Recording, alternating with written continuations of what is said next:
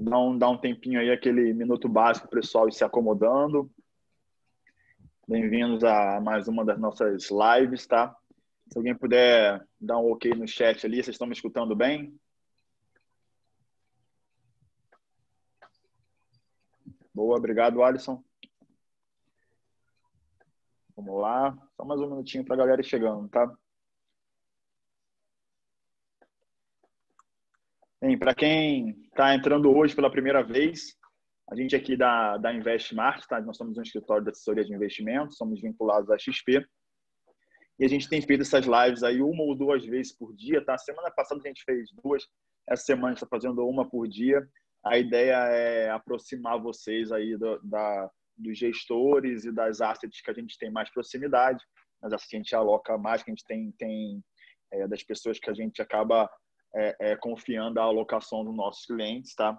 Sejam muito bem-vindos, tá? Usem bastante o chat aí para fazer as perguntas que vocês quiserem, tá? Hoje a gente vai falar de um tema que sempre gera muita pergunta, falar de bolsa, falar de renda variável. Então, fiquem à vontade. Vocês que são aí, agora, meu cano de escape, eu que moro sozinho aqui, confinado, tá com vocês aqui, é o meu momento de ligação com o universo exterior. Imagino ter todo mundo aí também nas suas casas. Mas, vamos lá. Então, essa semana ainda tem, tá? Fiquem de olho nas redes sociais, fiquem de olho no e-mail de vocês. Sempre que tiver live, a gente vai avisar com um dia de antecedência, um pouquinho antes de começar. Tá? A gente tem ainda mais algumas, a gente pretende fazer durante esse período de quarentena. E hoje a gente tem aí o prazer e o privilégio de receber o Marcelo Faria e a Porto Seguro Investimentos, tá? A Porto Seguro, que além dessa seguradora gigantesca que a gente já conhece, ela tem uma área de investimentos, um escritório dedicado à gestão de ativos e de investimentos, que a gente é muito próximo, tá? Eu vou deixar para o Marcelo fazer a apresentação. E aí, Marcelo, eu queria já aproveitar o gancho aí para perguntar como é que estão as coisas aí de verdade, como é que vocês lidaram com essa mudança de rotina. Se pudesse apresentar um pouquinho também, contar um pouquinho da sua história, falar um pouco da Porto Seguro Investimentos para o pessoal que não conhece, vai ser sensacional. Muito bom dia.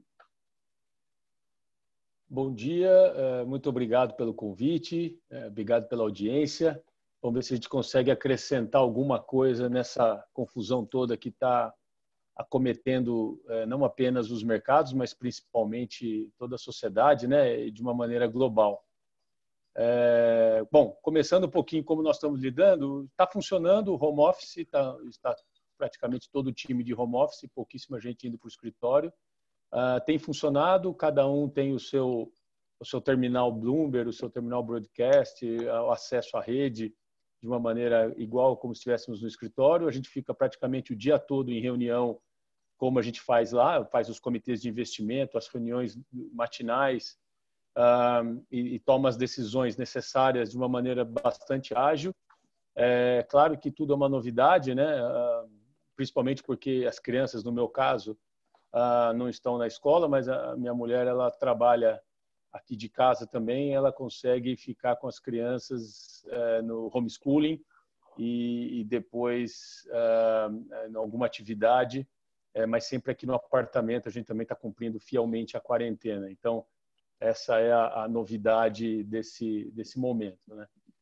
Como o Bruno mencionou, a gente está apresentando um pouco também a área de investimentos da Porto Seguro, né? A seguradora todo mundo conhece, 9 milhões de clientes, 14 mil colaboradores, 70 anos de história, mas a nossa asset ela já tem 20 anos de história, ou seja, a gestão de recursos 20 anos, que a gente faz capital próprio, e agora com gestão de terceiros já há mais de 5 anos, já temos aí 52 mil investidores, a gente administra mais de 20 bilhões de reais, sendo 4,6 bilhões de terceiros, 5,5 bilhões de previdência, sendo que o restante dos 20 bilhões é o capital proprietário do grupo Porto Seguro e das empresas, né? Interessante falar que o grupo investe nos mesmos fundos que os clientes investem, então a gente só faz aquilo que a gente gosta realmente, que funciona para nós.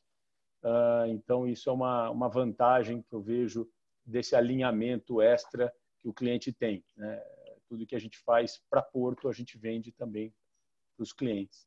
Falando um pouquinho de mim, eu tenho 25 anos de história no mercado financeiro, sempre em ações. Comecei como analista, estagiário, na Síntese Corretora, e fiquei 6 anos lá. Depois eu fui gestor de bolsa no Safra durante 2 anos. Depois eu trabalhei no Itaú BBA na tesouraria, fui até gerente de mesa de ações da tesouraria do Itaú BBA.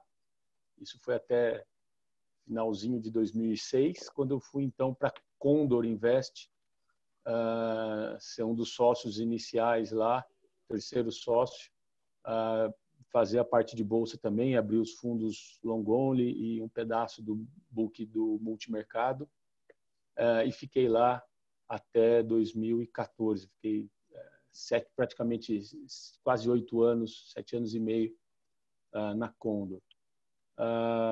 E em 2016 eu recebi um convite do Isaac Benaderete, o nosso diretor de investimentos lá no Porto, para criar um processo bem definido de renda variável dentro da Porto, que a gente já tinha uma expertise em renda fixa bastante forte, um time bastante forte, e eu fui para lá então em 2016 com esse desafio. Hoje nós avançamos bastante, estamos com 8 pessoas no grupo de renda variável, eu e mais 7 analistas, divididos por setor. A gente tem todo um foco em decisões via comitê, que a gente preza muito para ter bons comitês de investimento e ter boas perguntas e gerar realmente o conhecimento necessário para a tomada de decisão. Esse é o diferencial nosso, a gente entende, de ter realmente discussões que sejam nem tão fraternais a ponto de ninguém querer discutir com ninguém e nem ponto de sair brigando todo mundo, mas formam discussões bastante fortes, onde cada um é obrigado a apresentar seu ponto de vista e dados que comprovem seu ponto de vista para a gente tentar chegar na conclusão. Então, é esse mais ou menos o processo que a gente toma lá. E isso tem sido replicado agora nessa fase de home office via esses aplicativos que estamos usando agora aqui, por exemplo, ou então Hangout Meeting. Outros. Perfeito. Marcelo, perfeito. Muito obrigado pela apresentação. Só reforçar com a galera, gente, vocês podem usar à vontade o chat, tá? Eu vou continuar nosso papo aqui e conforme o Marcelo vai dando a panorâmica, inclusive, Marcelo, já é um pouquinho da minha próxima pergunta, que se desse ali um overview ali do cenário, da Bolsa, do que vocês estão vendo e fazendo aí dentro da Porto Seguro. Enquanto isso, vocês podem ir usando o chat, se tiverem alguma pergunta específica. Eu sei que quando a gente fala de Bolsa, as pessoas perguntam muito sobre papéis, sobre setores. A gente pode chegar aí e falar ali superficialmente sobre isso. Tá? Fiquem à vontade. Então, Marcelo, se você puder dar um overview da sua visão, visão da Porto Seguro Investimentos para a Bolsa, como é que vocês estão enxergando o cenário, enfim, por favor, aí fique à vontade. Enquanto isso, eu vou aqui de olho no chat, vendo as perguntas que vão surgindo, para quando a gente terminar essa primeira etapa geral, a gente vai para os específicos, beleza? Beleza, vamos lá. Agora a parte mais difícil. Vamos ver se eu consigo acrescentar alguma coisa aqui para vocês, né? Bom, quando teve os primeiros casos de coronavírus lá na China, o mercado deu um pouco de ombros, né? Primeiro tinha tido no dia 2 de janeiro, tinha tido um ataque americano lá no Iraque, a um general iraniano. O mercado caiu por meia hora e continuou subindo. E os primeiros casos conhecidos de coronavírus também causou um efeito parecido no mês de janeiro, até que, quando chegou no Ocidente, principalmente na Itália, a gente viu que existia uma particularidade que depois se mostrou óbvia, né? Mas naquele momento bastante assustadora, que é se a curva não achatasse, a curva de contaminação era muito alta, e se a curva não se achatasse, haveria o colapso do sistema de saúde, como estava havendo na Itália. Obviamente, a gente pode discutir aqui o caso italiano, que tem suas particularidades, mas o fato é que, neste momento, e que foi no finalzinho de fevereiro, começo de março, o mercado, então, entendeu a dimensão desse vírus, né? Essa dimensão, ela traz desafios de toda a ordem, né? Não apenas de saúde, ela tem um desafio de saúde pública, obviamente, humanitário, primordial e é o principal deles, mas não apenas isso, né? Aí o segundo ponto é o econômico, afinal, as pessoas não podendo sair de casa têm a sua renda prejudicada e isso gera tensões econômicas e, portanto, sociais, né? E, finalmente, tensões também que podem vir a surgir, ainda não aconteceu, mas tensões geopolíticas, né? Então, nós estamos nessa fase agora da crise dessa Covid-19, em que o crash já passou, né? A gente teve um crash global das bolsas. Para você ter uma ideia, foi o crash mais rápido da história, tá? 27 trilhões de dólares de valor de mercado das empresas evaporou-se nesse primeiro movimento, no mês de março, do pico até o low, 27 trilhões. Isso dá mais do que o PIB da China e União Europeia combinado. Então, o mundo hoje se depara com uma situação econômica mais difícil. Esse crash causou uma corrida para resgate de fundos de crédito lá fora. O mercado de renda fixa, que é muito maior que equities, ficou disfuncional por muitos dias, né? E causando pânico, resgates. Todo mundo já pode agora contar histórias dos dias de circuit breaker que foram acionados tanto lá quanto aqui. Enfim, a gente passou realmente por esse momento agudo da crise, que agora gera ondas secundárias recessivas e, portanto, deflacionárias nesse primeiro momento. Então, essa é a fase 1 da crise, né? A fase do crash, como eu disse, é a mais rápida da história. Só que também foi mais rápido da história o tamanho dos estímulos monetários e fiscais que estão sendo anunciados, né? Se as barreiras políticas para dar estímulos já eram baixas, agora elas ficaram mais baixas ainda com o advento do vírus. O vírus é como se fosse um catalisador de tendências que estavam nascentes e que agora já cresceram. Então, vamos só dar alguns parâmetros, né? Em termos de ajuda monetária, de recompra de bonds por parte dos governos do chamado primeiro mundo, ou seja, os desenvolvidos, Estados Unidos, Europa, Japão, já são 7 trilhões de dólares anunciados. Pacotes fiscais anunciados já tem 5 trilhões de dólares, né? Hoje de manhã a gente já viu possível novos pacotes nos Estados Unidos, né, e no Japão. Mas, enfim, são números bastante relevantes que, basicamente, visam atingir 2 objetivos. O primeiro é essa normalização do mercado disfuncional, ou seja, até títulos públicos tradicionalmente fáceis de negociar estavam sem liquidez. Então, a primeira coisa é normaliza o mercado, recompra esses títulos, dá liquidez para o mercado e acalma o pânico. O segundo é como substituir a renda das pessoas, né, para que as pessoas não morram de fome. Basicamente é isso. No limite é isso. E também fazer com que a economia não afunde. Hoje de manhã, a Goldman Sachs soltou uma revisão do seu número de PIB para os próximos trimestres. O PIB dela do segundo TRI, por exemplo, sai de menos 24 para menos 30, alguma coisa anualizado, tá? E depois no terceiro TRI tem um retorno de mais 20, mas a somatória dos dois ela é negativa. também a Goldman fala em desemprego no final do segundo TRI de 13% nos Estados Unidos. Tá?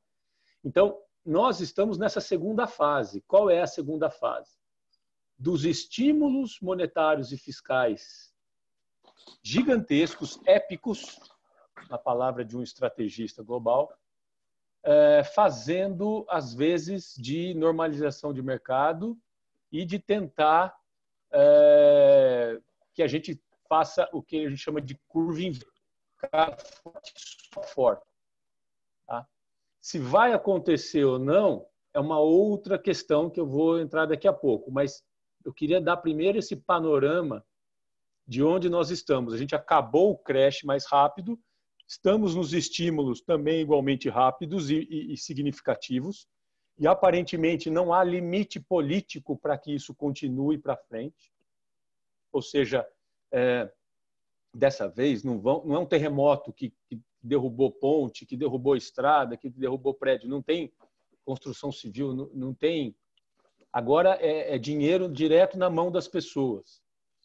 Né? Como disse um analista do mercado, está chovendo dinheiro. Os governos estão colocando dinheiro na mão das pessoas e, dessa vez, o Brasil não pôde ficar de fora. Então, o Brasil também está fazendo o seu estímulo monetário. O Banco Central aí vai entrar no mercado de crédito, vai ter uma PEC para isso, já está em trâmite essa PEC, e também teremos aí uma espécie de chuva de dinheiro para os informais. Já estão falando em R$600 por pessoa durante 3 meses. Era 200, foi para 500, depois 600. Então, a equipe econômica está trabalhando junto com o Congresso para participar desse esforço global de dinheiro público indo direto na mão das pessoas. Isso nessa escala, é uma coisa inédita no mundo, o que a gente está vendo, né?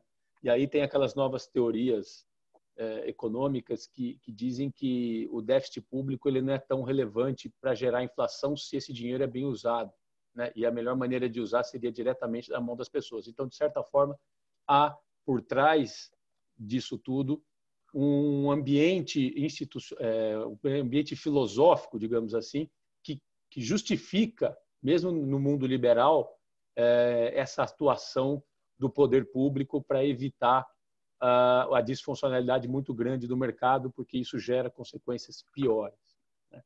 Aonde vai acabar isso é o que a gente não sabe. Então, até agora, o que eu comentei é onde nós estamos. E daqui para frente, o que a gente está vendo, né? Bom, primeira coisa, a gente está esperando, o mundo todo está esperando dentro das suas casas, né, a maior parte possível dentro das suas casas, os números achatarem. Nós temos boas notícias vindos da China, que foi o primeiro epicentro inicial da crise, e por enquanto esse número ele está achatado lá na China, e se isso começar a acontecer na Europa e depois nos Estados Unidos aqui, aí então a gente vai ver, somado com esses estímulos monetários e fiscais, provavelmente o mercado reagindo forte positivamente a essa achatamento da curva global de vírus e mais os estímulos.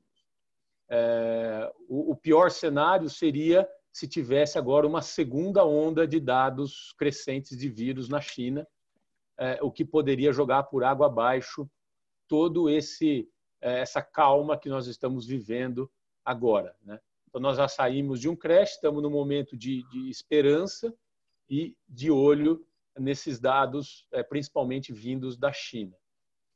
Então, basicamente, no curto prazo, o que vai definir o tamanho ou não dessa alta de mercado que nós já estamos vendo da semana passada para cá, para você ter uma ideia, falando de Bovespa, por exemplo, já bateu da mínima para a máxima na sexta-feira, a gente bateu 30% de alta já. É uma alta que se perde no meio de tantos números absurdos, mas que é importante, é significativa. Então, porém, a gente sabe que está contratado uma recessão aguda, pelo menos, e estamos tentando evitar que ela seja crônica. Agora, falando um pouquinho de carteira, né, e aqui eu encerro essa minha primeira fala e passo para as perguntas da audiência. Falando um pouquinho de carteira, a gente entende o seguinte: eu não sei, a gente não sabe se esses estímulos eles serão bem-sucedidos. Eles podem ser mal-sucedidos porque eles são poucos perante o tamanho do problema, ou eles podem ser mal-sucedidos porque eles geram lá na frente uma inflação ou até uma hiperinflação, como é o risco na história de quando você tem expansão de base monetária, imprime moeda muito, você gera hiperinflação. Mas não é o caso ainda da gente achar isso, mas o fato é que os estímulos que estão sendo feitos, eles sim equivalem a uma impressão de moeda muito forte. Então, a gente entende que uma maneira de se proteger disso é você ter, por incrível que pareça, ações, empresas de qualidade, geradoras de caixa, que têm negócios vencedores ou posicionamento estratégico dentro do seu negócio bastante sólido, balanço à prova de bala, ou seja, empresas que não têm rolagens grandes para serem feitas nos próximos 6 meses, porque a gente não sabe até onde vai essa recessão, e negócios que, eventualmente, talvez tenham efeitos de quarentena, se a quarentena for mais longa do que a gente imagina, não sofra tanto o colapso da receita, né? Então, a gente tem uma espécie de proteção natural, na nossa opinião, em carregar ações, dado que a alternativa a isso seria carregar caixa, né? No Brasil, ainda a gente tem uma particularidade extra, que é, nas crises anteriores, quando se tem uma crise lá fora, você aqui subiu os juros, né? Agora não, nós, num país como um país normal que nós estamos tentando ser, a gente baixa os juros. Então, o Banco Central brasileiro já baixou, pode baixar mais, as curvas curtas de juros indicam uma possibilidade grande de cortes adicionais de juros no Brasil. Portanto, você não consegue correr para o CDI como você corria antigamente, lá nos anos 90, que eu peguei essa fase muito boa, muito particular, né? Que tinha uma crise, o juro aqui subia, você vendia a bolsa, a fazer um CDB pré de 25% ao ano durante 2 anos e ficava esses 2 anos carregando sem nenhum risco a sua carteira. Hoje nós não temos isso, né? A gente tem os juros caindo. Então, o que nós estamos querendo dizer aqui é o seguinte, que bolsa, dependendo da ação que você escolha, da carteira que você escolha, ela pode sim ser uma defesa nesse momento. Digamos que os estímulos sejam suficientes e causem uma curva em V. A gente tem uma depressão aguda e volta rápido. As ações vão valorizar. Agora, imagine um cenário que você tenha uma inflação ou até uma hiperinflação à vista, né? Bom, nesse caso, você não vai querer ter dinheiro na mão, você vai querer ter ativo real de empresas que conseguem repassar essa inflação. Então, empresas oligopolistas, monopolistas, que estejam bem posicionadas nos seus mercados. Esse é o tipo de empresa que nós estamos procurando para o nosso fundo. É isso que a gente tem feito. A gente gastou o caixa que a gente tinha. A gente não tinha muito caixa, para falar a verdade. A gente tinha 10% de caixa em momentos agudos de crise. Chegamos a comprar proteção no meio da crise, protegendo aí até 30% do fundo, até o patamar de longínquos 92 mil pontos. Então, a gente protegeu até os 92 mil pontos. De lá, a gente continuou fazendo caixa. E quando chegou ali nos 70 mil, a gente gastou esse caixa. E hoje estamos 100% comprado em empresas que estão dentro desses atributos que eu mencionei. Bons balanços, bons negócios, bom histórico de rentabilidade, boa gestão. A gente entende que isso protege o cotista principalmente, que é o nosso objetivo principal, e também dá um horizonte para a gente pensar a respeito se esses estímulos vão ou não fazer efeito. Uma outra coisa que eu acho que é importante mencionar, a gente fez aqui bastante cálculo nesses últimos dias com esses novos preços depois da queda da Bolsa. A gente rebaixou os dividendos, os lucros do ano de 2020 e até do ano de 2021, e em alguns casos a gente baixou o múltiplo de saída, o preço sobre lucro de saída que a gente imagina para essas ações, né? No caso do Porto Seguro FIC-FIA, por exemplo, mesmo com essas quedas, a gente teria uma taxa de retorno nominal nos próximos 2 anos de 24% ao ano, tá? Se a gente tiver certo nesse cenário de achatamento da curva, não tiver novos casos crescentes aí na China. Agora, a gente fez um outro cenário pior. Eu fui piorando muito mais o múltiplo de saída, imaginando ainda um cenário mais radical, que me deu uma taxa de retorno para o fundo ao redor de 15% ao ano, que ainda assim, dado o juro baixo, é suficiente para a gente tentar carregar essas empresas no portfólio, tá?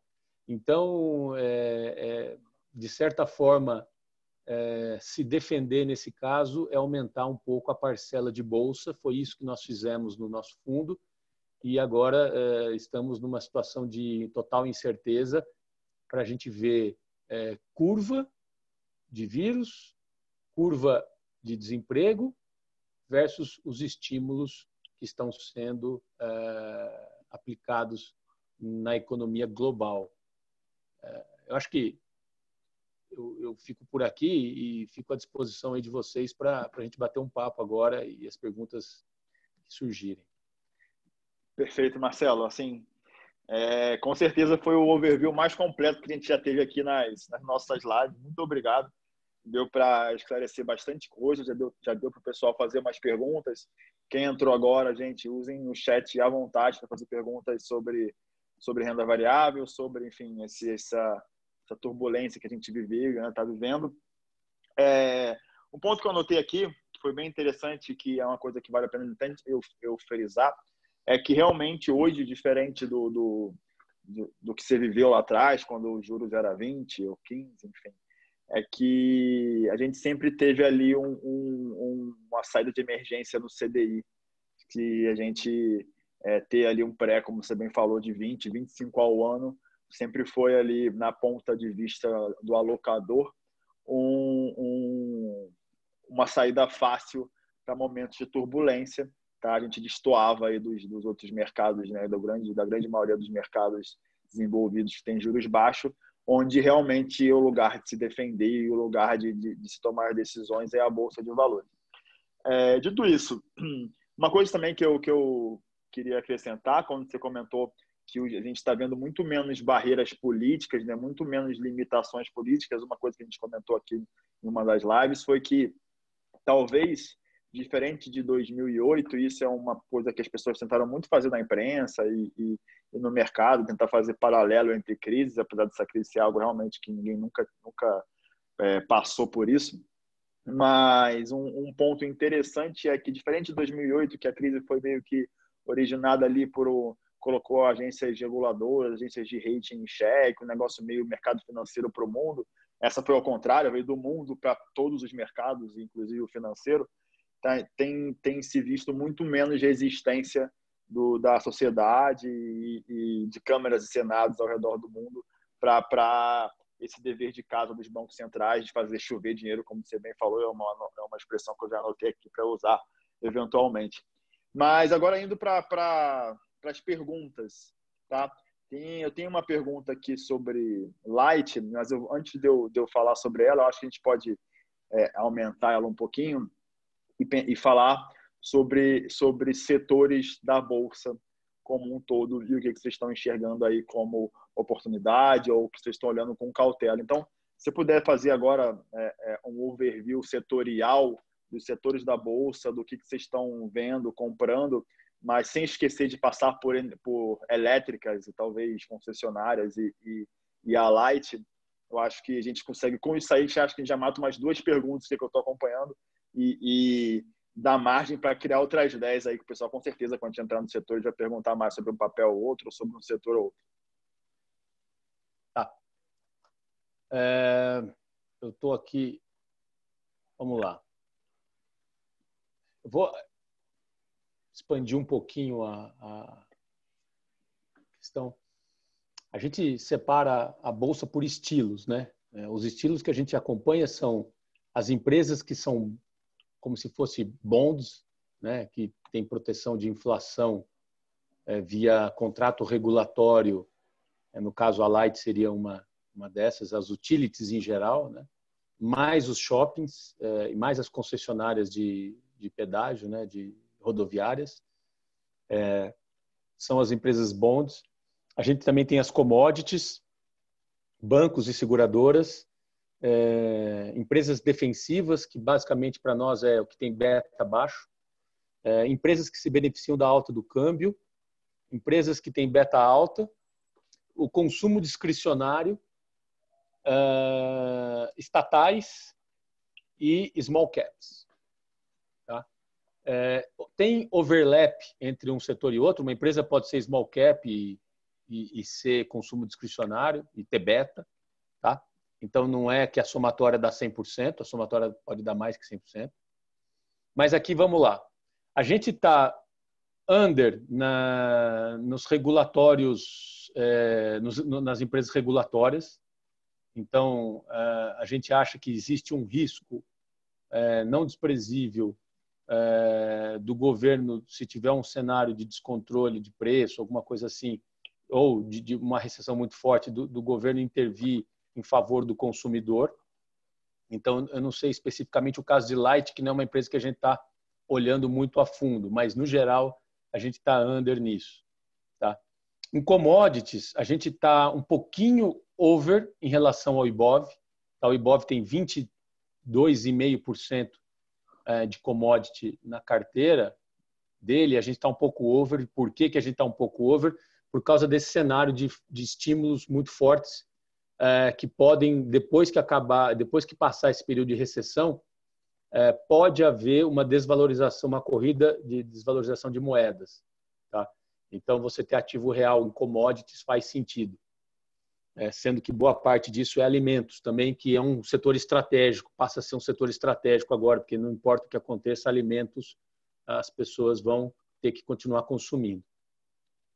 Bancos é um setor que a gente está under, ou seja, abaixo do índice, mas a gente gosta de bancos, dos bancos grandes, bem administrados. Tá? Então, a gente está um pouco under, mas a gente tem esse questionamento interno. Isso, por enquanto, é assim, mas a gente está bem de olho nos bancos grandes, bem administrados. Nas defensivas, a gente está um pouco over, e aqui é porque as defensivas são por beta. Então, se você pega uma empresa de alimento, por exemplo, ela está aqui no defensivo. Até Vale, por exemplo, que é uma carção que a gente tem na carteira, está aqui no defensivo. Apesar de não ser totalmente defensivo, mas por beta. Né? Então, a gente está over em defensivo, mas tem que lembrar que conta essas commodities como alimentos e minério de ferro. A mesma coisa em câmbio, a gente já vem carregando uma posição over em câmbio desde novembro do ano passado e continuamos. Beta, a gente reduziu e estamos under. Então, as empresas de maior beta, a gente não tem na Bolsa. O consumo discricionário, que é aquele consumo que você consome se sobra uma renda, esse nós estamos under. Esse a gente acha que vai ser... Você só pode ter aquelas que você realmente gosta bastante da gestão, tem um histórico bom. Tá? Mas, por exemplo, a gente não tem vontade agora de ter incorporadoras de residencial, alta renda, mesmo baixa renda. Então, isso já é um pedaço grande. Aéreas, por exemplo, apesar da extrema volatilidade, e possivelmente pode continuar subindo, que na semana passada a Gol subiu 70%. Você pode continuar vendo isso. A gente tá abaixo disso, a gente não está muito... E o que a gente tem, a gente confia muito na gestão. Por exemplo, a gente não teve Magalu esse tempo todo, a gente aproveitou para comprar um pouco de Magalu.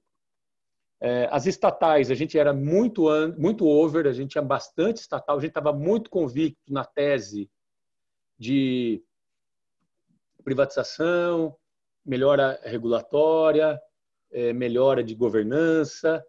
Só que agora o político ele é um pouco mais incerto. Então a gente está neutro em relação às estatais. Reduzimos um pouco as estatais no fundo. E as small caps a gente não tem muito. Aliás, small mesmo a gente tem zero.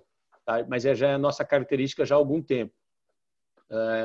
Porque meu fundo tem muita liquidez. Meu fundo é D+1.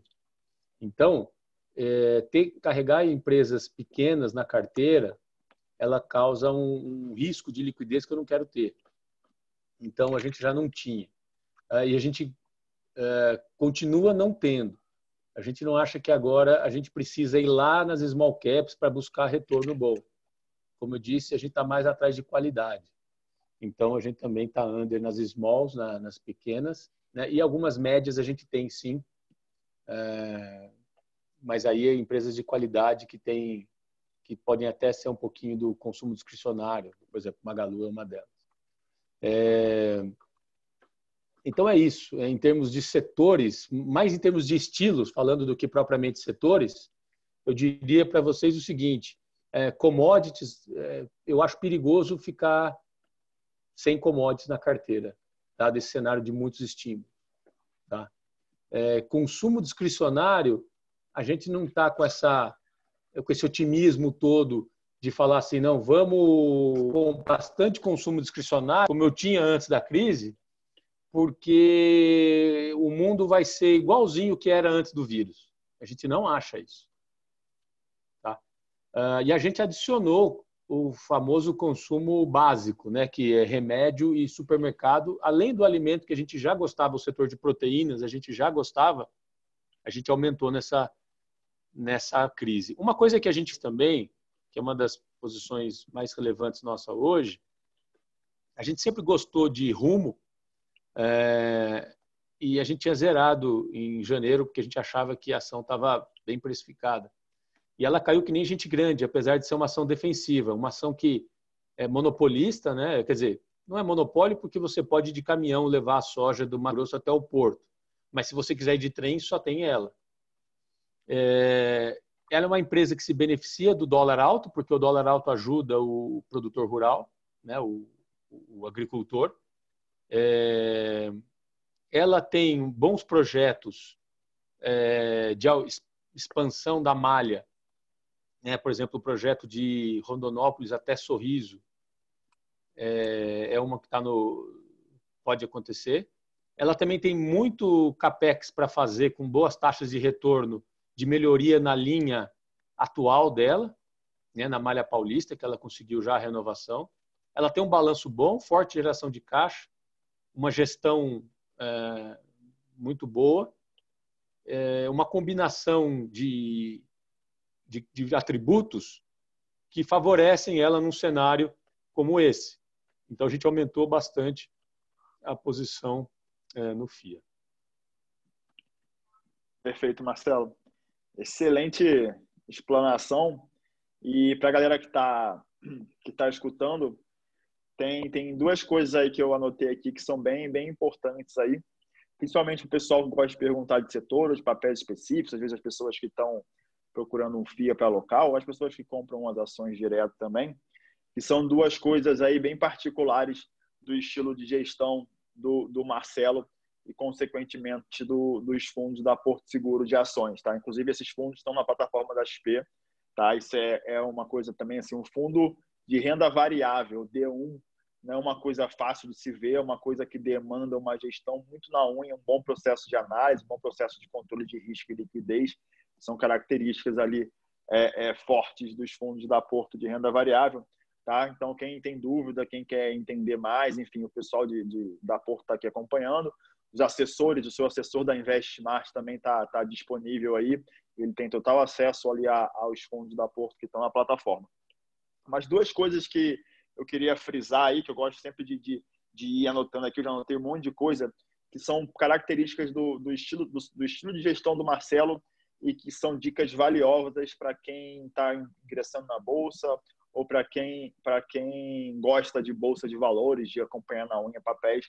Primeiro é essa matemática do peso do papel ou do setor no índice versus o peso do setor na sua carteira. Então, eu vou dar um exemplo hipotético aqui, mas commodities no índice são 20% e a gente, na nossa carteira, tem 10, 15 ou 25%. A gente está under ou está over aquele setor ou aquele papel versus o peso dele no índice. Tá? Isso é uma coisa que é uma dica legal para quem gosta de bolsa, que é uma forma diferente de enxergar seu portfólio.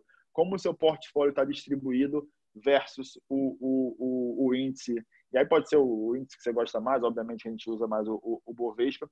E uma outra coisa que eu achei fantástica, que inclusive gerou muitas perguntas, é você encontrar uma forma de classificar os papéis.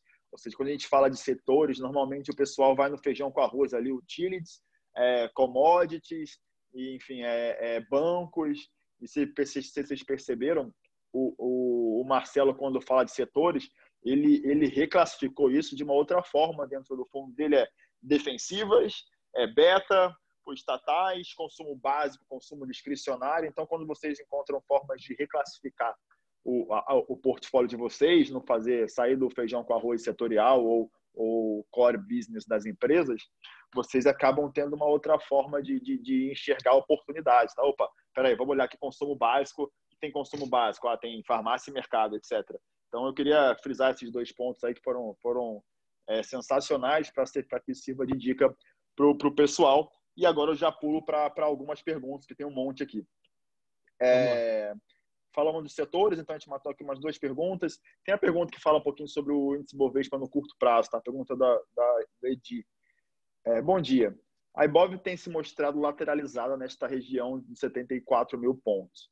Como vocês enxergam o Ibov no mês de abril, considerando que o Brasil ainda tem a probabilidade de parar em detrimento da tendência de expansão do vírus? Então, um pouquinho da visão de curto prazo do que vocês têm do Bovespa, como é que vocês estão enxergando, como é que vocês estão agindo com isso. Marcelo? Tá bom.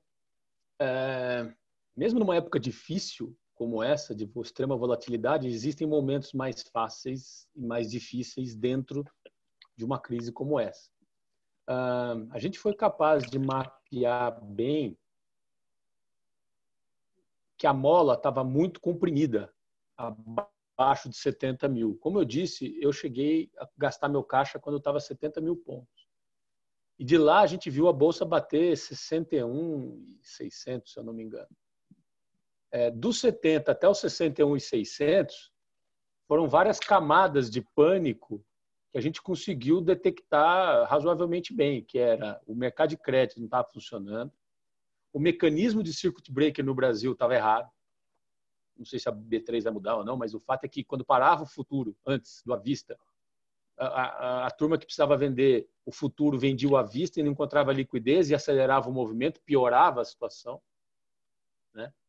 Sem falar na questão da falta de dados da epidemia, que hoje, olhando de agora, a gente vê um problema de dados muito grande. Hoje de manhã teve uma matéria importante no El País dizendo que cada país está contabilizando os mortos de uma maneira diferente. Não é nem os casos, é os mortos. Então,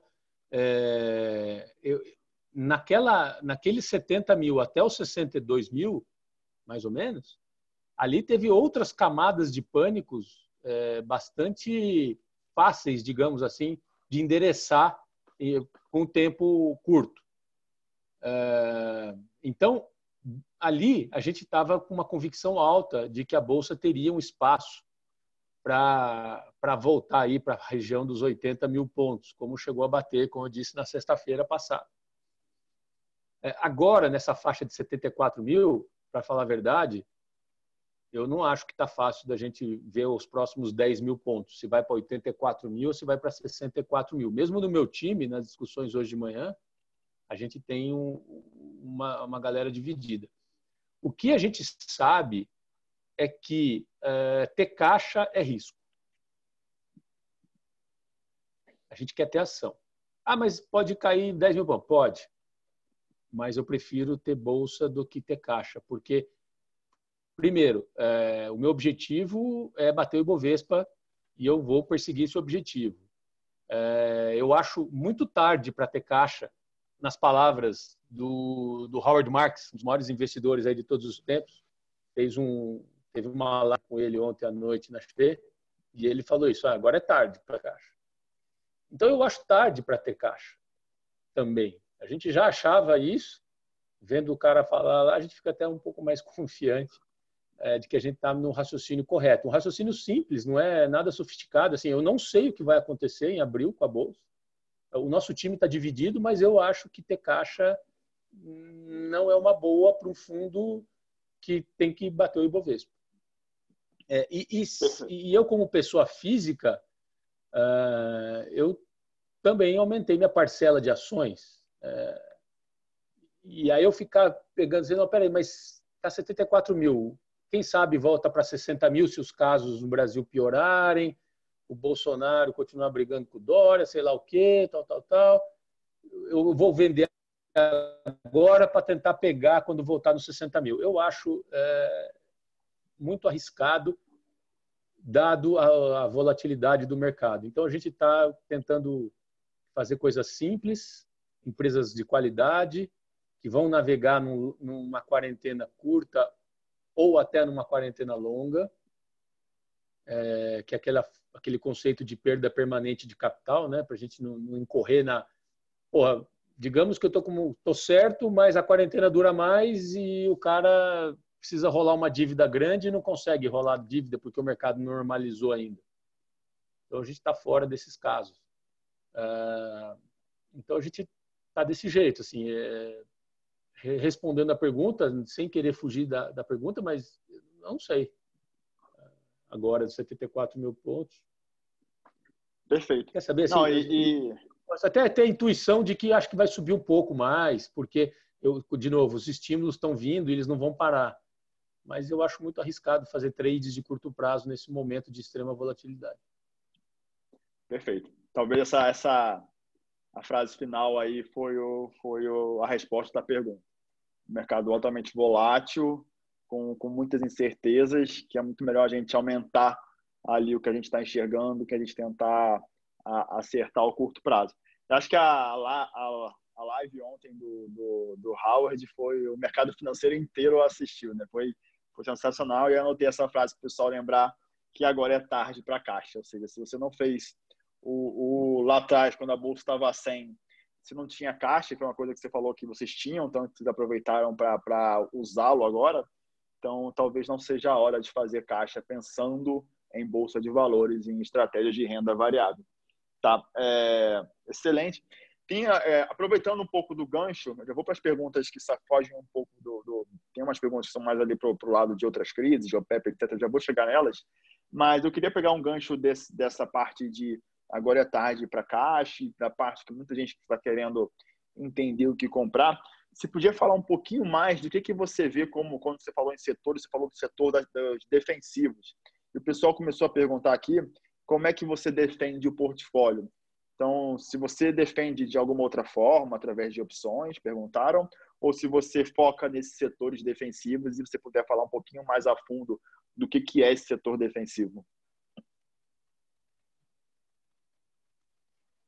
Sim, a gente defende com opções também. Agora não está dando para defender com opções porque a volatilidade está muito alta para a gente comprar seguro, né? De novo, está tarde agora para fazer seguro, depois que aconteceu o evento. Olhando retrospectivamente, eu considero que ter 10% de caixa foi pouco. Ter o seguro que a gente tinha, 96 até 92 mil pontos, foi pouco. Então, assim, a gente reconhece esses erros e estamos, enfim, aprendendo aqui. Mas a gente entende que o fundo ele é melhor, a defesa dele agora aqui é ter ações, por exemplo, eu citei aqui que eu estou under, né? Eu estou abaixo do Ibovespa em utilities, mas eu tenho algumas utilities, então eu tenho empresas de transmissão de energia, um setor que a gente acha defensivo, farmácia a gente tem um pouco, supermercado a gente tem, e principalmente setor de proteínas, né? A gente já gostava,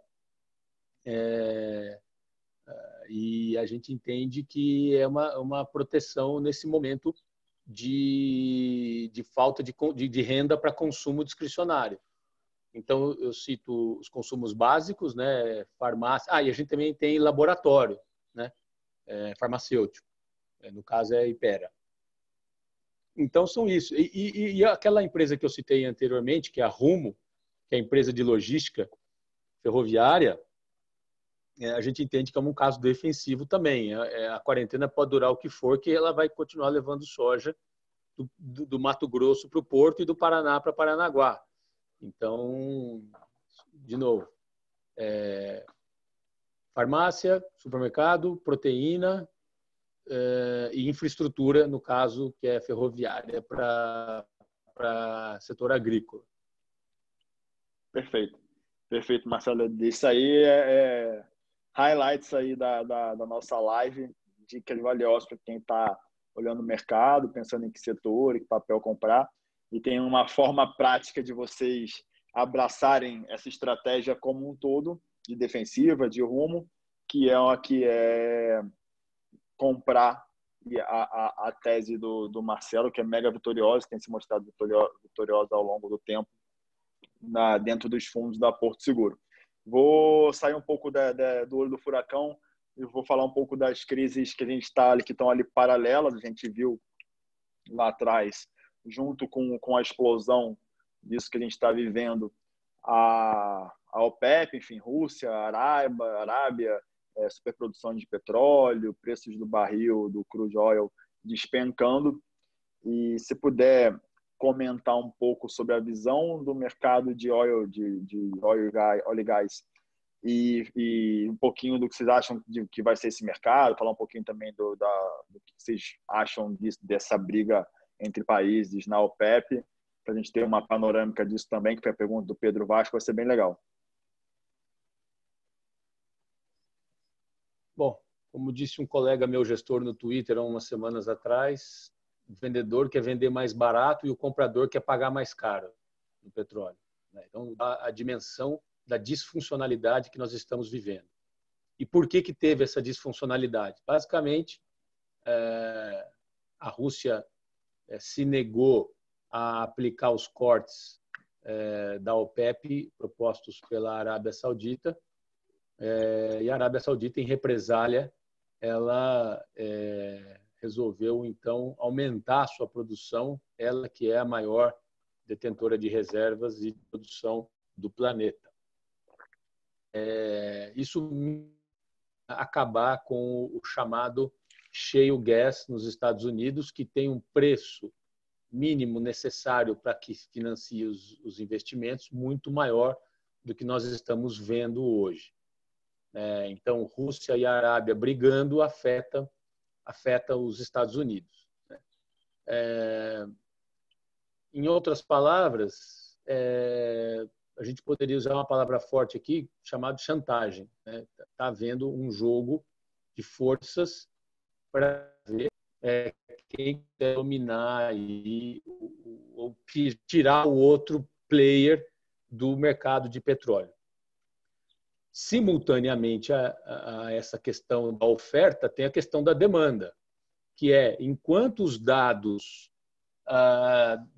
da epidemia não forem claramente achatados, não estiverem claramente se achatando, as quarentenas ao redor do mundo continuarão bastante importantes. Pouquíssimos países no mundo não estão praticando algum nível de quarentena. Que eu lembro de cabeça: Japão, Coreia, Suécia, Singapura. mas ainda que internamente eles não tenham quarentena, os seus voos, o tráfego aéreo está muito abaixo do previsto, né, do imaginado. Então, você tem uma questão de demanda que talvez esse setor vai ser um dos setores mais difíceis de voltar, né? A gente 2, 3 vezes antes de voltar a viajar com a mesma frequência ou tranquilidade que a gente viajava antes. Só lembrar a dinâmica da gripe espanhola, que começou em 1918 e 1919 foi um ano muito mais mortal da gripe do que o ano de 1918. Então, as questões aí de globalização, de deslocamento, elas vão perdurar. E no lado da oferta, a gente já tem alguns indícios de que o Trump está se movimentando para entrar ali na discussão entre Rússia e Arábia Saudita para tentar conter um pouco essa briga de oferta. Então, aqui é uma intuição minha. Se não tiver notícia, o mercado continua fraco, e é o mais provável. Agora, da noite para o dia, ou de uma hora para outra, pisca uma notícia no broadcast, no Bloomberg, dizendo: olha, o Trump ligou para o Putin ou lá para o rei da Arábia e eles conversaram e vão ajustar essa cota. Eu acho possível também. Nesse dia, acho que o petróleo sobe forte. Enquanto não sai nenhuma notícia, a fraqueza da demanda vai mandar no mercado, o que tem repercussões aqui para a nossa Petrobras, né? Um adiamento do plano de desalavancagem, com certeza, e também um adiamento do plano de dividendos robustos para o acionista, né? O que deve gerar, possivelmente, uma onda mais forte de venda de ativos, como, por exemplo, as refinarias. Muito cedo para falar, porém, podemos dizer que a gente está razoavelmente animado com o fato de que o aperto do balanço da Petro, que não é nada dramático, mas é relevante em relação à trajetória inicial que ela estava um mês atrás, vai fazer com que haja uma retomada aí ou uma acelerada nos planos de venda de ativos, talvez. E é isso que talvez o comprado aqui esteja mirando. Então, quem está comprado em Petro hoje está com essas duas coisas. A primeira é a retomada do processo de venda de refinaria, e 2, uma notícia que pisque em algum momento do tempo, indicando que a briga entre Rússia e Arábia Saudita está chegando ao final. Mas, de novo, se não tivesse essa notícia, não tem como prever, a demanda segue fraca. Perfeito. Marcelo, muito obrigado. Assim, acho que ficou muito bem respondida a pergunta sobre petróleo, OPEP, Petrobras, enfim, a gente conseguiu chegar até ali nos detalhes ali, e acho que essa é uma característica dessa live, que ela tá mostrando ali boas explanações, excelentes oportunidades para o pessoal que está acompanhando.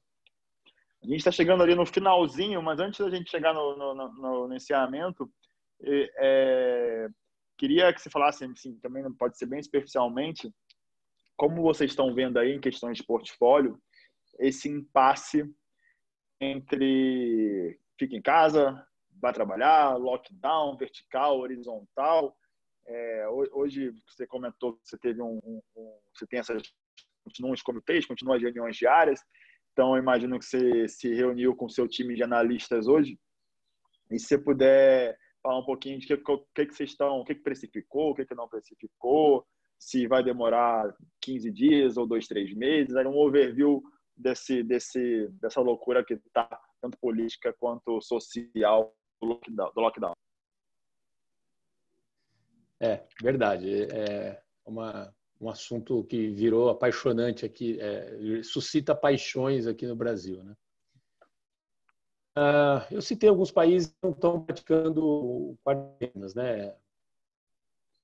Coreia, Pura e Suécia. Suécia é uma incógnita, a gente vai ver o que vai acontecer, mas Japão e Coreia, a gente está percebendo que tem funcionado mesmo sem quarentena. Mas existe uma pré-condição, dois pré-requisitos para que isso aconteça. O primeiro é você fazer antes, você avisar a população antes, olha, fique em casa voluntariamente, não vou fechar comércio, não vou fazer nada, mas tomem cuidado com aglomerações e tudo mais antes. E o segundo ponto é teste em massa. Se você testa em massa, na Coreia chegava ao ponto de testar 20 pessoas em torno de cada infectado. Então, se você sabia que a pessoa estava infectada, você conseguia testar até 20 pessoas em torno dela. Né? Chegaram, eu não sei como está hoje esse número, mas há semanas atrás eram 25 mil testes por dia na Coreia. Né? Acredito que o Japão sejam números parecidos. Então, quando você tem esses pré-requisitos dados, você consegue evitar quarentenas longas. Quarentenas longas, elas são, sim, contraproducentes, né? E deveriam ser evitadas. O problema é que a gente não pode ver caos no sistema de saúde. A gente sabe que essa é uma doença que, ainda que a taxa de mortalidade média não seja explosiva, a taxa de pessoas que vão ao hospital necessitando de respirador ou ser entubados é alta. É maior que H1N1, maior que SARS mesmo. Então, a gente tem um paper do Fed, lá dos Estados Unidos, do Banco Central Americano, falando que na gripe espanhola, as cidades que fizeram quarentena, elas se recuperaram antes das que não fizeram. Tá? A gente também sabe que os dados dessa epidemia ainda estão muito para serem descobertos depois. Durante é difícil. Então, eu acho que quando você tem uma comunicação correta, somado com teste em massa, somado com atuação tempestiva, ou seja, na hora certa, você consegue sim fazer quarentenas curtas. A gente está vendo agora, chegou a vez do Brasil, está acontecendo com o Brasil agora o que era a Itália algumas semanas atrás. Nós, como brasileiros, a gente está torcendo bastante para que as autoridades tenham tomado as decisões corretas e que o nosso engargalamento de sistema de saúde seja bem menor do que está acontecendo nos países como Itália e a Espanha, por exemplo. A gente tem alguns mitigantes aqui, a questão do clima, a questão de porcentagem de idosos. A gente espera que isso seja suficiente, a gente torce para que isso seja suficiente, e aí nós vamos ver, sim, um lockdown mais curto. Lockdown é uma palavra não muito precisa, porque o lockdown ele pressupõe uma ordem pública para proibir de sair de casa. Nós não chegamos nesse ponto, mas sim, nós estamos numa quarentena bastante dura. O comércio fechado e tudo mais. Então, a gente se posiciona dentre aqueles que acham que vamos conseguir sair aí, por enquanto, dá para dizer, meados de abril, talvez um pouco mais, mas, de novo, é mais uma esperança, até como brasileiros, né, como indivíduo, do que propriamente como um agente de mercado. E que também a gente consiga ter rapidez na burocracia para que a ajuda chegue nas pessoas que tem que chegar, né? Se isso acontecer, a gente vai ter feito um gol de placa e vai ter acalmado bastante as tensões sociais. Então, é mais uma esperança do que uma aposta, eu diria, de que essas duas coisas aconteçam, que a gente consiga evitar um caos completo do sistema de saúde e que a burocracia não atrapalhe a chegada da ajuda nas pessoas que realmente precisam. Em todo caso, de novo, né, a gente tem que ter uma carteira que preveja não tudo dando certo, né, mas em termos de sociedade, a gente está torcendo para o melhor, claro. Perfeito, Marcelo. Ficou muito bem respondido, inclusive.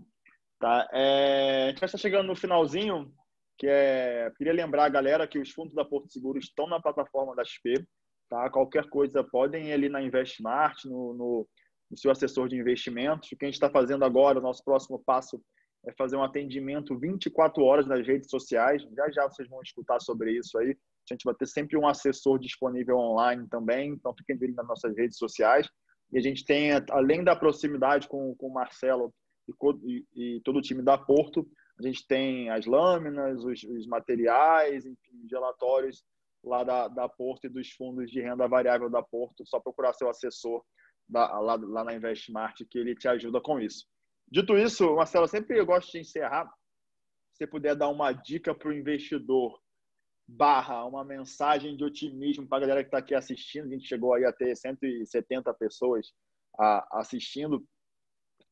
Uma mensagem final aí de uma dica para o investidor, uma mensagem otimista, só um desfecho. Queria aproveitar já e agradecer aí o seu tempo. Foi com certeza uma das lives mais enriquecedoras que a gente teve aqui. Teve muita dica. O pessoal que estava aí desde o início pegou dica, foi recheado de dicas valiosas. Mas dá aquela mensagem para a galera que está assistindo de final aí otimista, por favor. E mais uma vez, obrigado. Obrigado, Bruno. Obrigado, pessoal que assistiu. Ficou aqui até agora, já estamos mais de uma hora aqui. Cara, me vem à cabeça uma coisa meio óbvia, mas que a gente usou aqui em casa. Com as crianças em homeschooling, né, a gente tinha que fazer um apanhado aí de um conto popular. A gente tinha que procurar um conto popular para ler para as crianças. Eu tenho 2 filhos, um de 6 anos e uma menina de 5, um menino de 6 e uma menina de 5. A gente precisava ler um conto popular para eles. A gente foi atrás daquele conto em que um rei queria uma frase que fosse definitiva, mas que mudasse o humor das pessoas, né? E a frase, então, o sábio lá encontrou a frase que era "isso também passar", né? Que faz com que o cara que está sorrindo fique pensativo, né? Ou seja, Ibovespa 120 mil pontos, isso também passará, né?